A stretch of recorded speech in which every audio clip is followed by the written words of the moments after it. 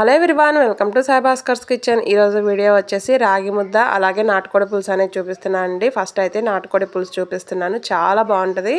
ఒకసారి ఈ విధంగా ట్రై చేయండి. మంచి ఫ్లేవర్ తోటి, మంచి స్మెల్ తోటి చాలా టేస్ట్ ఉంటుంది.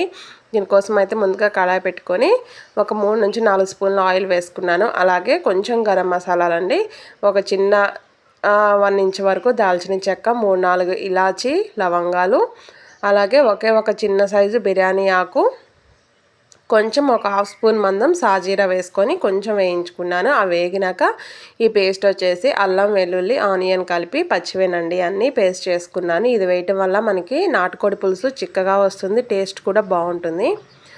ఒకసారి ఇలా పేస్ట్ పట్టి అన్నీ ట్రై చేయండి, చాలా బాగుంటుంది. ఇప్పుడు ఇది మంచిగా కొంచెం కలర్ చేంజ్ అయ్యే వరకు అయితే వేయించుకుందాము. పచ్చి వాసన అనేది దాంట్లో నుంచి కంప్లీట్గా పోయి లైట్గా కలర్ చేంజ్ అవుతుంది. అలా వేగే వరకు వేయించుకోవాలి. జస్ట్ ఒక 2 నుంచి 3 నిమిషాలు వేయిస్తే సరిపోతుందండి, మరి ఎక్కువ టైం కూడా పట్టదు. చూసారా, ఇప్పుడైతే ఇది వేగిపోయింది. ఇది వేగినాక మనం ఆల్రెడీ క్లీన్ చేసి పెట్టుకున్న చికెన్ అయితే వేస్తున్నాను. ఇప్పుడు ఇది వేసుకున్నాక ఒక 3/4 స్పూన్ వరకు చిన్న సైజ్ స్పూన్ తోటి, మరీ ఎక్కువగా ఇప్పుడే వేసుకోకూడదండి. సాల్ట్ కంప్లీట్గా ఒక హాఫ్ క్వాంటిటీ ఇప్పుడు వేసుకోవాలి. తర్వాత మనం గ్రేవీలో కొంచెం వేసుకుంటే సరిపోతుంది. స్టార్టింగే ఎక్కువ వేసుకుంటే అది సాల్ట్ అంతా పీస్కి పట్టేసి కొంచెం ఉప్పుగా అనిపిస్తుంది. మొత్తం కలిసే విధంగా మంచిగా కలుపుకొని ఇప్పుడు మూత అయితే పెట్టేసుకుంటున్నాను. ఇది మనకి మంచిగా చికెన్ అంతా కూడా కలర్ చేంజ్ అవుతుందండి, చాలా బాగుంటుంది. జస్ట్ ఒక 5 to 10 మినిట్స్లోనే కలర్ అనేది కంప్లీట్గా చేంజ్ అవుతుంది. చూసారా ఎంత మంచిగా వేగిపోయిందో, మనకి ఆటోమేటిక్గా అర్థమవుతుంది అది వేగిందా లేదా అని. ఎందుకంటే దానికి వచ్చిన కలర్ చూస్తేనే మనకు తెలిసిపోతుంది కదా. ఇదైతే మంచిగా వేగిపోయిందండి.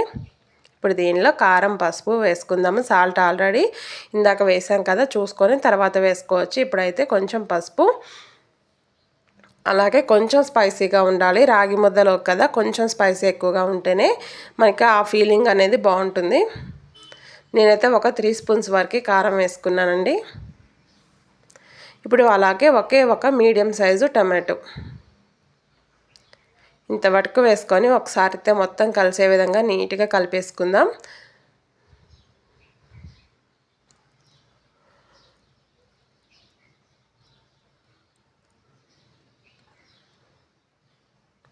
ఇలా నీట్గా కలిపేసుకొని ఫ్లేము సిమ్లో పెట్టేసుకోవాలండి. లేదంటే మనం కారం వేసాం కదా, ఊరికనే అడుగంటుతుంది. సిమ్లో పెట్టుకొని ఒక 5 మినిట్స్ వేగనివ్వండి. ఆ కారం అనేది ఆ పీసులకి మంచిగా పడుతుంది. ఒక 5 మినిట్స్ తర్వాత ఈ పేస్ట్ వచ్చేసి జీడిపప్పు గసగసాలండి. ఈ పేస్ట్ వేయటం వల్ల నిజంగా నాటుకోడి పులుసు చాలా టేస్ట్ ఉంటుంది. ఒక 6-7 జీడిపప్పులు, ఒక 1.5 స్పూన్ మందం గసగసాలండి. పెరుగులో నానబెట్టాను, వాటర్లో కాదు, పెరుగులో నానబెట్టుకొని డైరెక్ట్గా అలానే మొత్తం కలిపి పేస్ట్ పట్టుకున్నాను మెత్తగా. ఇప్పుడైతే ఇది మంచిగా వేగిపోయింది ఆ పేస్ట్ కూడా. ఇప్పుడు మనకి గ్రేవీ ఎంత కావాలో అంత వాటర్ అయితే పోసేసుకుంటున్నాను. ఇంకొకటి ఏంటంటే, మనం గసగసాలు మిక్సీలు పట్టాలంటే మిక్సీలో నలగవండి. మీరు ఎంత ట్రై చేసినా అవి అలానే ఉంటాయి కానీ నలగవు. వీలైనంత వరకు రోట్లో దంచుకుంటేనే అవి మంచిగా మెత్తగా నలుగుతాయి అన్నమాట. ఇప్పుడు మనకి ఉడికిపోయిందండి. గ్రేవీ అయితే మాత్రం ఉండాలి.